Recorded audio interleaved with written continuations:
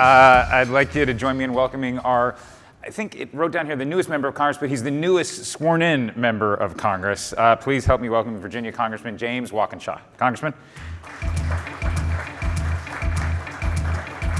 Thanks for doing it. Welcome. You're new to Congress, somewhat. You were a longtime congressional staffer. Yeah. You've been through a lot of shutdowns. I'm going to start off the question that I previewed earlier, which is, when's this shutdown going to end?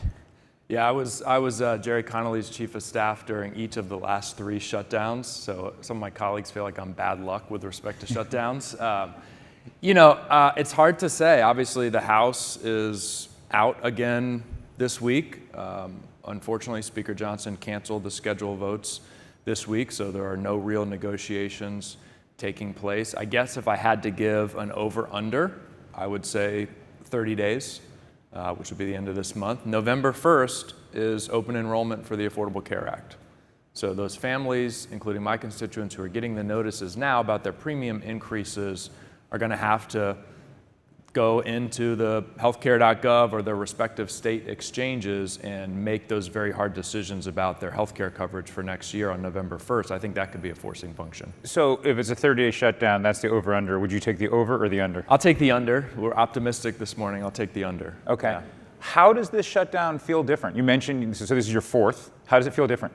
Well, in our region, in the DC region and in Northern Virginia, I think it feels different because it comes on the heels of 9 months where, from my perspective and a lot of my constituents' perspectives, the Trump administration has been shutting down much of the federal government anyway, right? So USAID was shut down very quickly. The Consumer Financial Protection Bureau shut down. Much of the Department of Education shut down. Offices within agencies that President Trump or the Trump administration don't like shut down. Hundreds of thousands of federal workers, losing their job through whether it's RIFs or layoffs or forks. So it comes on the heels of that, which makes it very, very different for our region. Federal employees and workers and contractors have already been hit very hard. So they see this as kind of one more thing in that list of assaults they've experienced. So you're almost describing this as a rolling shutdown that in some ways started January 20th. That's right. Yeah, that's how my constituents and federal workers and folks, I think, in our region have experienced it. How many of your constituents are federal workers? About 60,000. Okay, and of those 60,000, do you have any sort of ballpark figure on how many have already lost their job? If you kind of extrapolate out based on, so there's, there were about 2.5 million federal workers when the Trump administration started, maybe a little bit less. By some measures, 150 to 200,000 have left or lost their jobs, so 10-ish%. Okay. That would put the number of my constituents somewhere between 5,000 and 10,000 who were working for the federal government in December of 2024 and are no longer working for the federal government today. Have you heard from anyone that's either was initially doged or furloughed that is either out of work or missing a paycheck that says, hold the line, healthcare is that important to us? I hear that regularly. I hear from federal workers, I hear hold the line because we need to stand up to the administration. I hear from federal workers who recognize the healthcare nexus in that if and when the Trump administration fires them, they recognize that they could be one of the people who needs Medicaid coverage in the Commonwealth of Virginia, or they could need an enhanced premium tax credit on the Affordable Care Act exchange if they go from a 2-income household to a 1-income household. So some are making that connection. What's the call volume like? Sort of keep it shut down, hold the line versus cut a deal and do a short-term extension and then maybe figure out the ACA exchanges? Well, I think everybody, including those who say hold the line, want us to hold the line to get to a negotiation. Sure. That's what federal workers want. That's what folks in the private sector want. So that is the overwhelming call volume. Hold the line to get to a negotiation, not hold the line for the sake of holding the line. So overwhelming is call volume, as you said, is that side of the equation. Yeah. What percentage are telling you to open it up? That's a a very small percentage. Yeah. Okay. How did that differ from when you were chief of staff or at oversight? You know, the 13 shutdown, very unpopular. The 18 shutdown, I'm not even certain what it was about. Yeah. How does it differ? It's a big difference, and I think it's a result of what folks in Northern Virginia have experienced from the Trump administration over the last 9 months. Okay. And they're kind of at their wits' end, and they're looking for any possible scenario to slow down, push back, make a point about the terrible things that have been happening. Okay. Staying in Northern Virginia, or the broader state of Virginia, you got a governor's election coming up. How's it looking for Abigail Spanberger, and does the shutdown motivate your base and in some ways help her politically? I think Abigail is in a very strong position. We obviously can take nothing for granted. You know, I think she's demonstrated over the course of her career an ability to develop very tangible, concrete. She's gotten some criticism for being, you know, kind of boring, but tangible, concrete plans, and then bring people together to actually put them into effect. I mean, she pulled a rabbit out of a hat in Congress in bringing together a bipartisan coalition to pass a very complex reform for federal workers that had been talked about for decades. She finally got Republicans on board to do it. I think voters in Virginia are looking for somebody with that skill set, somebody who is strong and stable and responsible. That's a contrast to the chaos that they see coming from the White House in Washington. And you think she wins? Yes, I think she wins. Do you also think Attorney General Jay Jones wins? I think he will. Obviously, that one will be closer for a lot of reasons. And just to be clear, you endorsed him, right? Yes. Do you stand by that endorsement? I do. I do. Look, I condemn any violent political rhetoric, even if it's in a private text exchange. I think what he said was despicable. I'm always looking for folks who can acknowledge mistakes that they've made, try to address any harm that they've done, and move forward and grow as a person, as a leader. And I think he's on that path now, and the voters will determine whether they agree he's far enough along that path. I think he will win. I mean, look, it is very tangible in Virginia when we have an Attorney General in Jason Miyares who, unlike other attorneys general around the country, has been unwilling to take on the Trump administration when the Trump administration attacks Virginians, Virginia's economy, and Virginia jobs. Those lawsuits are filed coming from other states. Folks in other states are getting those protections that Virginians aren't. So we need an Attorney General that has the courage, whether it's a Democrat or Republican, to take on anyone who's attacking Virginia. Attorney General Miyares hasn't demonstrated that courage. I don't know when you first came to Congress as a staffer if the hotline was still faxed. For those of us of a certain age, hotline used to be, was it faxed or was it, did you get faxed? Or was there... When I started in 2009, we had a fax machine, and I relatively quickly made the decision to get rid of it because it was only junk faxes coming in. Well, let's say you were reading the hotline straight off the fax. Yeah. What would the delta be in Virginia between the governor's race and the attorney general's race? It's hard to say. I mean, if you look in the last 20 years, there isn't a lot of ticket splitting in Virginia. I mean, similar around the country. Republican candidates for attorney general, all things being equal, typically run a couple points ahead of other Republicans running for other statewide offices because people view it through a public safety lens, even though the Attorney General in Virginia has very little actual public safety responsibilities. I think it could be a couple point delta, but I don't think it will be a 5-point delta. Oh, that's interesting. Okay, so under 5, Yeah. as long as we're boxing you in on your predictions. Yeah. You're on oversight. You were the staff director of oversight. You No, I were was chief not. of staff. That's right. Okay. Yep. What do you, if it's, the Democrats win the majority, Yeah. what are the first investigations that oversight needs to do? For me, it would be DOJ. I think there's a lot of work that needs to be done to understand DOJ, especially early in the administration.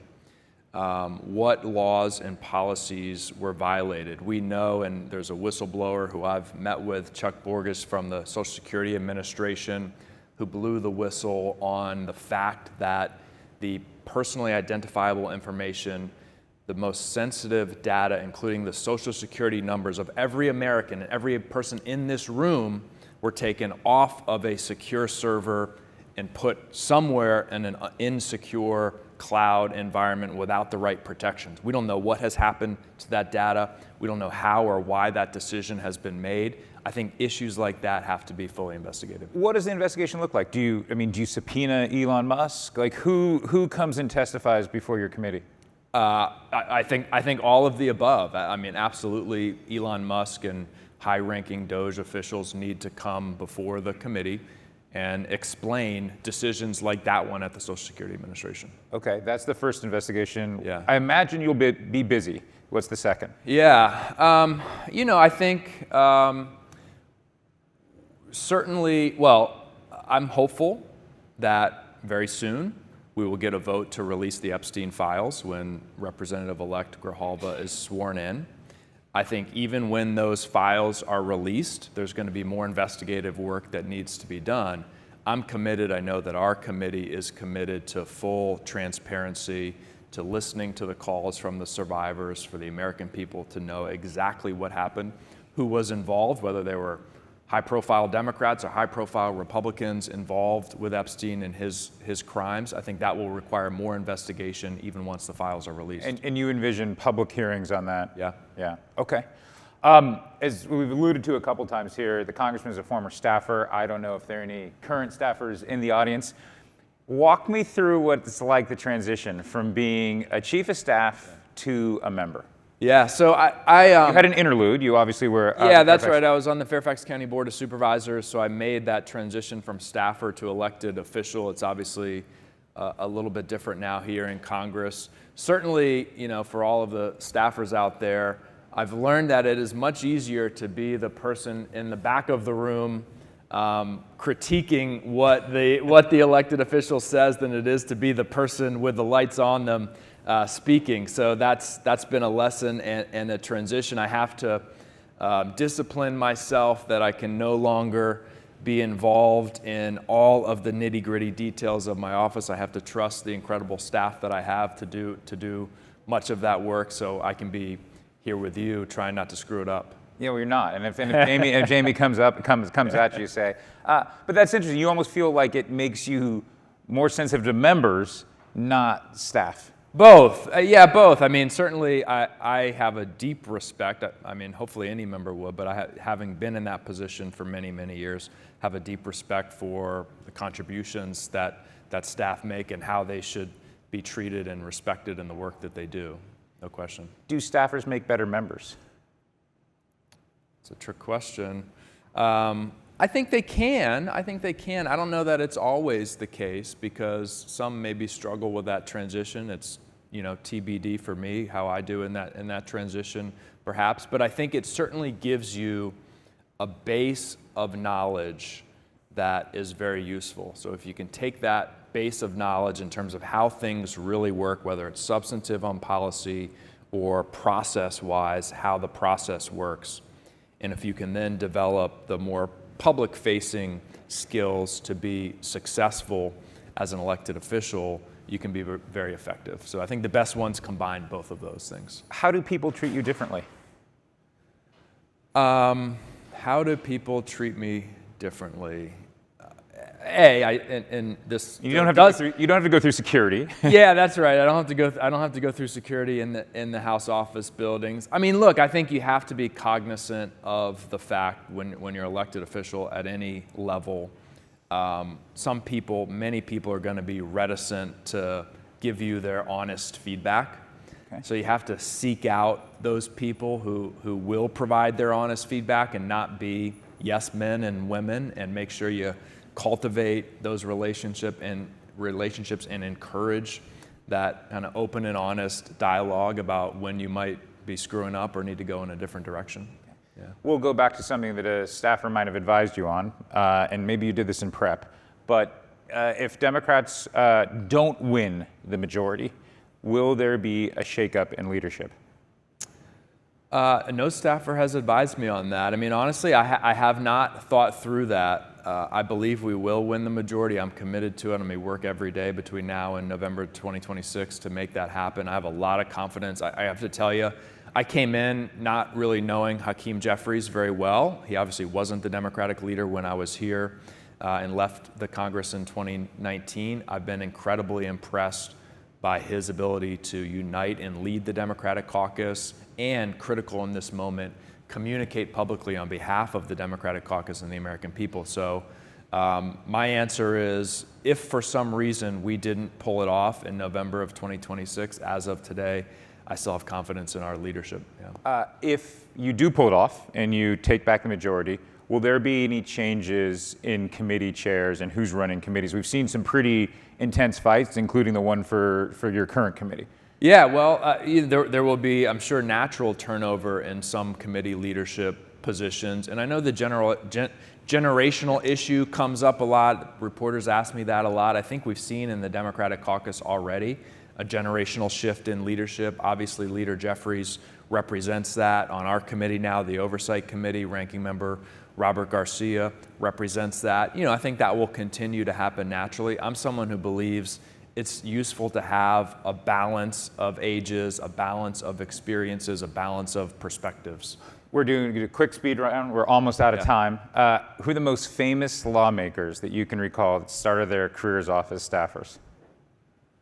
Oh wow, the most famous lawmakers. This is the trivia. Well, I'll give you two, and then we'll. Okay. LBJ, George Mitchell. Okay, I was going to say Barney Frank. I know Barney Frank did as well. Okay. Yeah. Well, then let's. Who do you think was a better staffer, Barney Frank or LBJ?